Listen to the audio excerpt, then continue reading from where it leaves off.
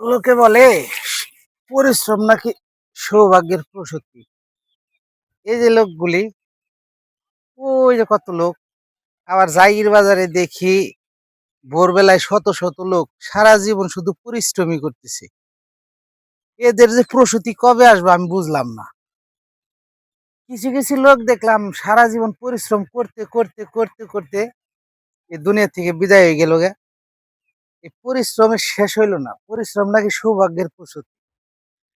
আবার বই পুস্তকে পড়লাম লেখাপড়া করে যেজন গাড়ি ঘোড়া চড়ে সেজন। আবার সলির মধ্যে চড়তেছে গাড়ি কখয় জানে না। আবার বলে লোকের বাড়ি চোরের বাড়ি না, লোকে বলে চোরের বাড়ি দালান ওঠে না। আবার এখন বর্তমান পরিস্থিতিতে এই চুরি ছাড়া দালান দেওয়ার কিন্তু কোনো চালান জোটে না। এই যে বর্তমান দেখেন, যারা সমাজের উঁচু স্থানের লোকজন, প্রত্যেকটা লোকই মোটামুটি কোনো না কোনো ভাবে চোরের সাথে জড়িত। এই যে দেখেন সরকার, এই সরকার ওই সরকার, যে সরকারে আসুক প্রত্যেকের নামে চুরির দায় আছে। এই নীতি সেই নীতি, সব নীতি সবচেয়ে বড় নীতি হলো দুর্নীতি। এই একটা নীতি যার ভিতরে আছে, তার দ্বারা কি করা উচিত, তার দ্বারা মনে কর বড় হওয়া উচিত। এই একটা নীতি, সব নীতি বাদ, একটা নীতি দুর্নীতি।